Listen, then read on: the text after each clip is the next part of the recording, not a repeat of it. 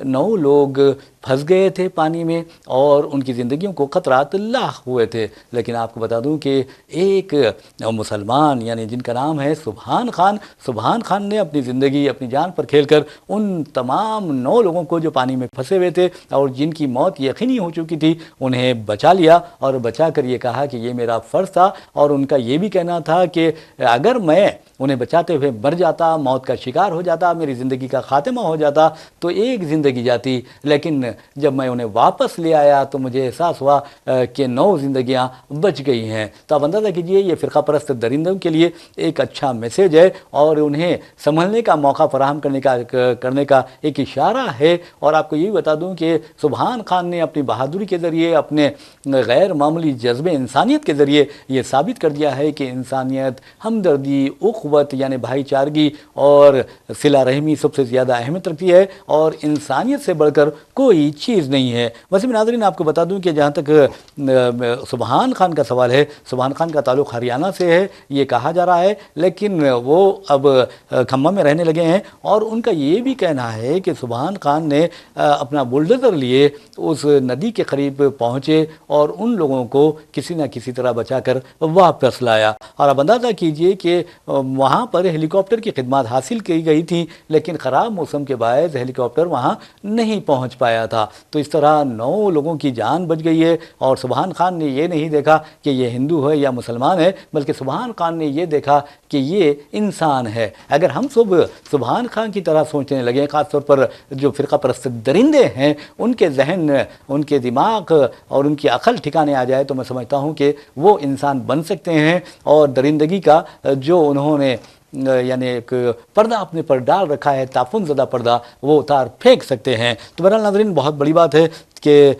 سبحان خان نے 9 لوگوں کی جان بچائی، اور آپ کو یہ بھی بتا دوں کہ سبحان خان ہو یا کوئی مسلمان ہو، وہ انسانیت کی اور انسانیت کی بہبود کے لیے کام کرنے والا ہوتا ہے، اور اگر کوئی کام کرنے والا نہیں ہوتا انسانی بہبود کے لیے، میں سمجھتا ہوں کہ وہ انسان نہیں ہو سکتا ہے۔ تو بہرحال یہ کہا گیا کہ سبحان خان جب ان لوگوں کی جان بچانے کے لیے آگے بڑھ رہے تھے اپنا بلڈوزر لے کر، تو وہاں جے پی سی لے کر، تو آپ کو بتا دوں کہ کئی لوگوں نے کہا کہ سبحان خان آپ ادھر مت جائیے، آپ اپنی زندگی کھو دیں گے، آپ کی زندگی کو خطرہ ہے، ان کو بچانے کے چکر میں آپ ہلاک ہو جائیں گے، آپ فوت ہو جائیں گے۔ لیکن سبحان خان نے کہا کہ اگر میں مر جاؤں تو ایک فرد کی موت ہوگی، یعنی ایک شخص کی موت ہوگی، اور اگر میں واپس آؤں تو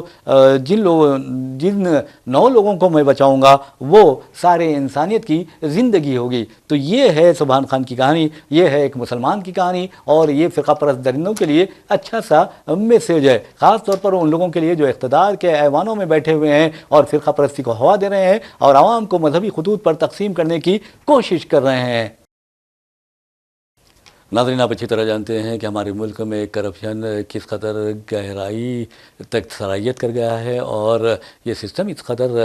یعنی سڑ گل گیا ہے کہ اسے دوبارہ بہتر بنانا بہت مشکل ہے، لیکن ناممکن نہیں۔ تو بہرحال ناظرین ہم آپ کے لیے چلتے ہیں تلنگانہ، اور تلنگانہ میں آپ نے دیکھا کہ کس طرح بارش کے دوران تباہی و بربادی مچی ہے، لیکن آپ کو بتا دوں کہ یہاں پر کرپشن کا ایک بہت بڑا اسکیم منظر عام پر آیا ہے۔ چیف منسٹر ریلیف فنڈ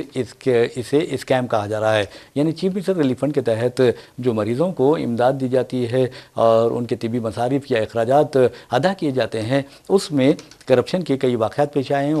اس کا ایک اسکیم بہت بڑا اسکیم منظر عام پر آیا ہے، اور اس سلسلے میں پولیس نے خاص طور پر سی آئی ڈی نے جو اس کیس کی تحقیقات کر رہی ہے، اس نے 2 افراد کو گرفتار کیا ہے، اور کہا گیا ہے کہ ان لوگوں نے چیف منسٹر ریلیف فنڈ میں خورد برد کیا ہے اور فرضی دستاویزات کے ذریعے اپنے فائدے کے لیے لوگوں کو یہ فرضی دستاویزات فراہم کیے، اور چیف منسٹر ریلیف فنڈ سے جو رقم ملی اس میں اپنا حصہ بھی حاصل کر لیا ہے۔ ان لوگوں نے نہ صرف فرضی بلز تیار کیے بلکہ فی درخواست کہا جا رہا ہے کہ 4,000 روپے بھی وصول کیے ہیں۔ یہ اسکیم 23 اگست کو منظر عام پر آیا۔ تحقیقات پر پتہ چلا کہ 45 سالہ گوٹی گری میڈیکل پریکٹیشنر ہے وہ، اور 40 سالہ ہاسپٹل سپروائزر لیکی ریڈی فیک CMRF بلز تیار کر رہے تھے، اور اس کے لیے وہ ڈاکٹروں اور مختلف اسپتال کے ربر اسٹیمپس تیار کرتے ہوئے ان کا استعمال بھی کر رہے تھے۔ فی الوقت تلنگانہ کے 27 اسپتالوں کی CID تحقیقات کر رہی ہے اور یہ بھی کہا جا رہا ہے کہ اس سلسلے میں 6 FIR درج کی گئی ہیں اور مزید ملزمین کو گرفتار کیا جا سکتا ہے۔ ناظرین، آپ کو بتا دوں کہ چیف منسٹر ریونت ریڈی کی درخواست پر اس تحقیقات کا آغاز کیا گیا ہے، کیونکہ ریونت ریڈی کو شک ہے کہ سابقہ KCR حکومت میں اس معاملے میں یعنی اس شعبے میں یعنی CM ریلیف فنڈ میں کئی بدعنوانیوں کا ارتکاب کیا گیا ہے۔ ناظرین، ہم آپ کو لیے چلتے ہیں ہریانہ آپ اچھی طرح جانتے ہیں کہ وہاں BJP کی حکومت ہے اور فرقہ پرستی کو حالیہ عرصے کے دوران بہت زیادہ فروغ دیا گیا ہے اور یہاں تک کہ جانور کے نام پر انسانوں کا قتل بھی وہاں کیا جا رہا ہے۔ کئی ایسے واقعات پیش آ گئے ہیں جہاں پر مسلمانوں کو بڑی بے دردی سے قتل کیا گیا، انہیں ہجومی تشدد کا نشانہ بنایا گیا، انہیں زندہ جلا دیا بھی گیا۔ لیکن افسوس کی بات یہ ہے کہ جو نفاذ قانون کی ایجنسیاں ہیں وہ مجرمانہ خاموشی اختیار کیے ہوئے ہیں اور جو ملزمین ہیں انہیں کیفر کردار تک پہنچانے میں وہ ناکام رہے ہیں۔ بہرحال ناظرین، ہریانہ میں ایک واقعہ پیش آیا اور میں سمجھتا ہوں کہ اب کم از کم ان لوگوں کی عقل ٹھکانے آنی چاہیے جو فرقہ پرستوں کی مدد کر رہے ہیں، فرقہ پرستوں کے ہر اقدام پر وہ ان کی تعریف و ستائش کرتے ہیں۔ واقعہ یہ ہوا کہ گایوں کی اسمگلنگ کے شعبے میں غنڈوں نے غلط شناخت کے نتیجے میں ایک طالب علم آرین مشرا کو گولی مار کر ہلاک کر دیا۔ اور آپ کو یہ بھی بتا دوں کہ آرین کی گاڑی میں گائے کی جگہ 2 خواتین بیٹھی ہوئی تھی اور یہ بھی بتانا ضروری ہے کہ یہ کہا جا رہا ہے کہ آرین جس گاڑی میں سوار تھا اس میں مزید 4 افراد بھی سوار تھے جس میں 2 خواتین بھی موجود تھیں۔ جب یہ گاڑی ایک مقام سے گزر رہی تھی وہاں پر گاؤ رکشکوں نے یعنی غنڈوں نے جو جانوروں کے نام پر انسانوں کا قتل کرتے ہیں، ان دہشت گردوں نے اس گاڑی کا پیچھا کیا اور یہ گاڑی جو آرین کا دوست چلا رہا تھا اس نے بہت اسپیڈ کر دی، گاڑی کی اسپیڈ تیز کر دی اور اس کے بعد جو رفتار سے گاڑی آگے بڑھی یہ غنڈے بھی ان کا پیچھا کرنے لگے اور 25 کلومیٹر تک ان کا پیچھا کیا اور پھر قریب پہنچ کر انہوں نے گولی چلا دی اور گولی سیدھے آرین کے گردن میں لگی اور وہ بے ہوش ہو گیا۔ اس کے بعد کہا جا رہا ہے کہ وہ ان غنڈوں نے قریب پہنچ کر آرین کے سینے میں گولی مار دی، لیکن انہیں پتہ جب خواتین کو انہوں نے دیکھا تو جب انہیں اندازہ ہو گیا کہ یہ تو کوئی کاؤ اسمگلرز نہیں ہے بلکہ عام لوگ ہیں تو وہ وہاں سے فرار ہو گئے۔ تاہم پولیس یا جو اطلاعات ہم تک آئی ہے اس میں بتایا گیا ہے کہ پولیس نے 6 افراد کو اس سلسلے میں گرفتار کیا گیا ہے۔ ویسے ناظرین، یہ واقعہ 23 اگست کو پیش آیا ہے اور زخمی آرین کے بارے میں کہا جا رہا تھا کہ جیسے ہی اسے گردن میں اور سینے میں گولی ماری گئی ہسپتال منتقل کیا گیا لیکن وہ جاں بڑھ نہ ہو سکا۔ آرین اپنے 2 دوستوں ہرشت اور شینکر کے ہمراہ 2 خواتین کے ساتھ سفر کر رہا تھا اور یہ بھی کہا جا رہا ہے کہ ان غنڈوں نے 25 کلومیٹر تک ان کا پیچھا کیا اور کار روکنے کی کوشش کی لیکن آرین کے دوستوں نے کار نہیں روکی۔ اس سلسلے میں دوسری اطلاع میں بتایا گیا ہے کہ 5 افراد کو گرفتار کیا گیا ہے اور تحقیقات جاری ہے۔ ناظرین، ہم آپ کو لیے چلتے ہیں مغربی بنگال اسمبلی میں ایک ایسا بل پیش کیا جا رہا ہے جس کا مقصد ریپ اینڈ مرڈر کیس میں ملوث یا قاطی قرار دیے گئے شخص کو یا نوجوان کو یا جو کوئی بھی ہو اسے سزائے موت کی گنجائش فراہم کی گئی ہے۔ بہرحال ممتا بنرجی حکومت ریپ مقدمات میں قاطی پائے جانے والوں کو سزائے موت دینے سے متعلق بل اسمبلی میں پیش کرے گی اور آج ہی یہ بل پیش کیے جانے کا امکان پایا جاتا ہے اور اس پر 2 گھنٹے بحث بھی ہوگی۔ ہو سکتا ہے کہ ہم آپ کو یہ خبر سنا رہے ہیں اور وہ بل پیش بھی کر دیا گیا ہو۔ بہرحال Aparajita woman and child bill یعنی West Bengal criminal law amendment bill آج مغربی بنگال اسمبلی میں پیش کیا جانے والا ہے۔ ویسے بھی ناظرین، آپ کو بتا دوں کہ جہاں تک RG کار میڈیکل کالج ہاسپٹل میں ایک ٹریننگ ڈاکٹر کے ساتھ جنسی زیادتی اور اس کے قتل کا واقعہ پیش آیا تھا اور اس کے بعد ایسا لگتا ہے کہ BJP نے ممتا بنرجی حکومت کو گھیرنے، اس پر تنقید کرنے اور اسے برطرف کرنے کی راہ ہموار کرنے کے لیے بہت یعنی ایڑی چوٹی کا زور لگایا ہے۔ اس کے باوجود وہ ناکام رہی ہے کیونکہ BJP کی کئی ایسی ریاستیں ہیں جہاں خواتین پر جنسی حملوں میں بے تحاشا اضافہ ہوا ہے۔ حد تو ہے کہ خود راجستھان میں مندر کے باہر اپنے ماں باپ کے ساتھ سو رہی 3 سالہ لڑکی کا اغوا کیا گیا اور اس کے تحت درندوں نے منہ کالا کیا اور اس منہ کالا ہونے کے واقعے پر BJP کو حکومت کو نہ کوئی شرم آئی اور نہ اس نے کوئی اقدام کیا۔ یہ اپوزیشن قائدین الزام عائد کر رہے ہیں۔ تو بہرحال اس طرح کے خطرناک واقعات پیش آئے ہیں۔ خود ممتا بنرجی نے ان اناؤ اور ہاتھرس کیس کی مثالیں پیش کی۔ ہاتھرس کے بارے میں تو آپ اچھی طرح جانتے ہیں کہ 20 سالہ دلت لڑکی کو اجتماعی زیادتی کا نشانہ بنا کر اسے انتہائی بے دردی سے قتل کر دیا گیا تھا، اس کے ہر جسم کی ہر ہڈی توڑ دی گئی تھی۔ اور آپ یہ بھی دیکھیں گے کہ وہاں کا جو انتظامیہ تھا ہاتھرس کا اور وہاں کے ڈسٹرکٹ مجسٹریٹ کی نگرانی میں اس کی لاش راتوں رات نظر آتش کر دی گئی تھی۔ تو آپ اندازہ کر سکتے ہیں کہ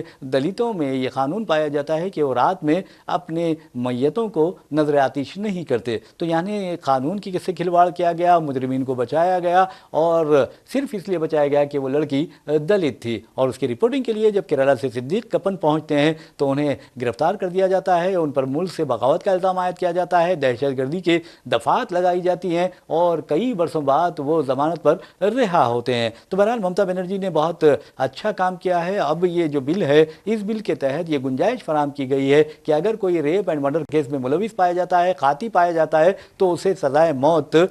کی گنجائش ہو سکتی ہے۔ ویسے بھی ناظرین آپ کو بتا دوں کہ ہندوستان میں فی الوقت خاص طور پر 10 فروری 2024 کو منظر عام پر آئی ایک رپورٹ میں بتایا گیا کہ ملک میں فی الوقت 561 یعنی 561 لوگ ایسے ہیں جو سزائے موت کا سامنا کر رہے ہیں۔ یعنی ابھی ہائی کورٹ سے انہیں سزائے موت سنائی نہیں گئی، تحت کی عدالتوں سے سزائے موت سنائی گئی ہے۔ اور پھر آپ کو یہ بھی بتانا ضروری ہے کہ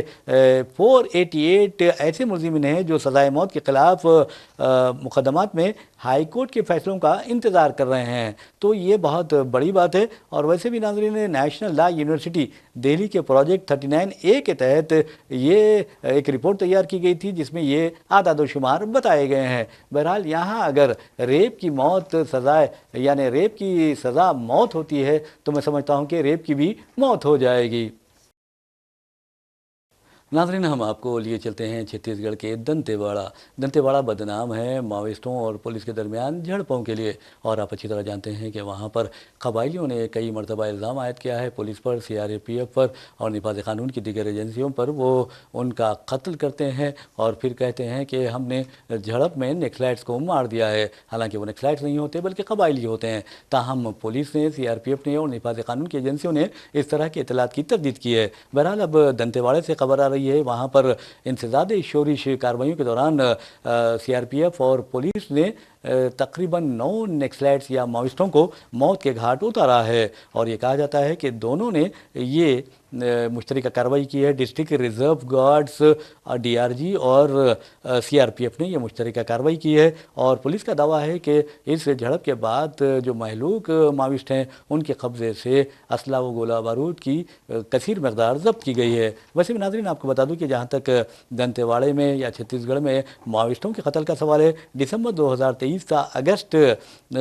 2024 جملہ 104 جھڑپوں کے واقعات پیش آئے ہیں اور 147 ماویسٹ اپنی زندگیوں سے محروم ہوئے ہیں۔ 723 کو گرفتار کیا گیا اور 622 نے خود سپردگی اختیار کی ہے۔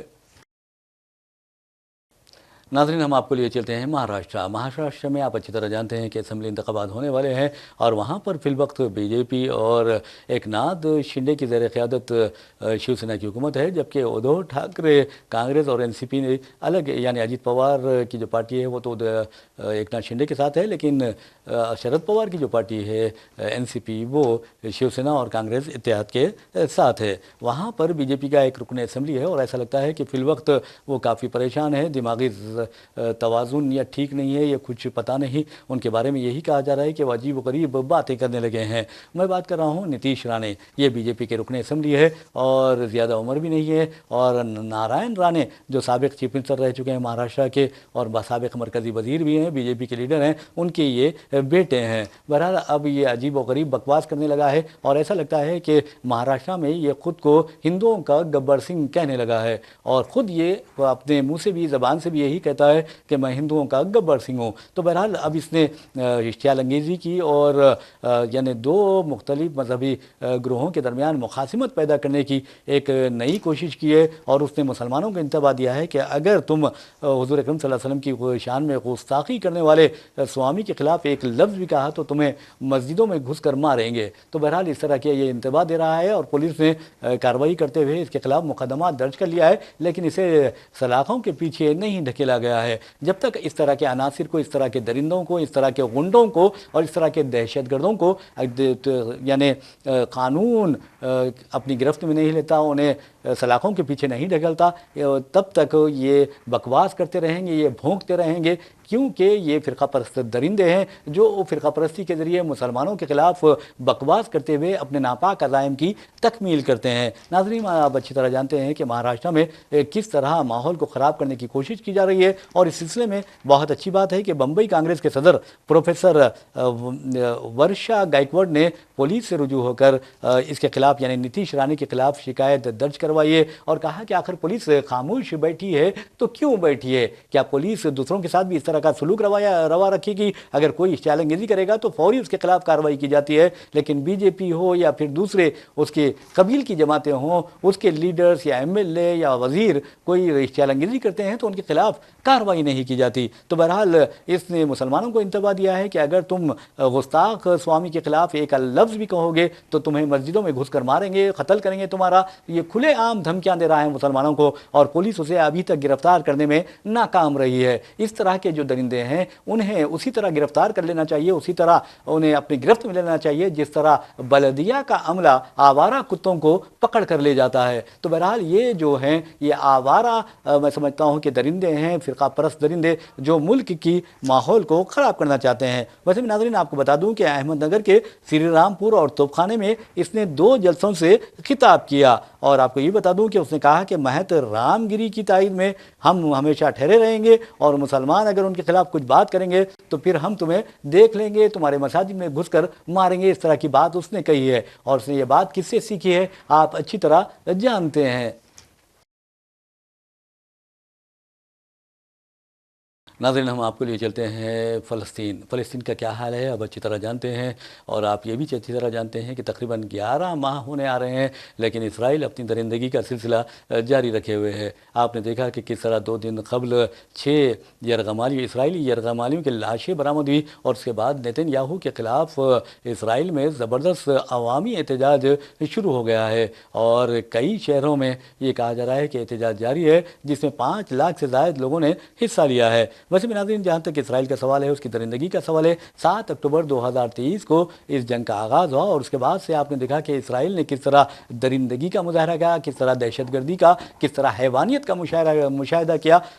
یعنی مظاہرہ کیا، اور آپ دیکھیں گے کہ تب سے لے کر اب تک یعنی 7 اکتوبر 2023 سے لے کر آج کی تاریخ تک 40,786 فلسطینیوں نے جامِ شہادت نوش کیا ہے، جبکہ آپ دیکھیں گے کہ 94,224 فلسطینی زخمی ہوئے ہیں، جس میں سے یہ کہا جا رہا ہے کہ زیادہ تر فلسطینی مستقل طور پر معذور ہو چکے ہیں۔ 90% غزہ ملبے کے ڈھیر میں تبدیل ہو گیا ہے، اور اب بھی یہ کہا جا رہا ہے کہ اس ملبے کے ڈھیر میں 8 سے لے کر 12,000 فلسطینیوں کی لاشیں دبی ہوئی ہیں۔ تو آپ اندازہ کر سکتے ہیں اسرائیل کی درندگی کا۔ لیکن ایک بات آپ کو بتا دوں کہ فلسطینیوں اور خاص طور پر حماس اس بات کو لے کر برہم ہے کہ عالمی برادری کی کوششوں کے باوجود اسرائیل جنگ بندی کے لیے تیار نہیں ہو رہا ہے، اور اب حال یہ ہو گیا ہے کہ القسام بریگیڈ جو ہے اس کے تمام کارکنوں کو ہدایت دے دی گئی ہے کہ اگر اسرائیلی فورسز یرغمالیوں کے قریب آئیں تو پھر ان کا کیا کرنا ہے وہ انہیں سمجھا دیا گیا ہے۔ تو بہرحال ناظرین، میں سمجھتا ہوں کہ جس انداز میں اسرائیل درندگی کا مظاہرہ کر رہا ہے، عالمی برادری کو فوری اس کے خلاف کارروائی کرنی چاہیے، اسی طرح پابندیاں اس پر عائد کرنی چاہیے جس طرح امریکہ اور اس کے حلیفوں نے روس کے خلاف یوکرین کے مسئلے پر عائد کیے ہیں۔ بہرحال ناظرین، اسی کے ساتھ اپنے میزبان محمد ریاض احمد کو اجازت دیجیے، انشاءاللہ پھر ملاقات ہوگی، پھر بات ہوگی، تب تک کے لیے اللہ حافظ۔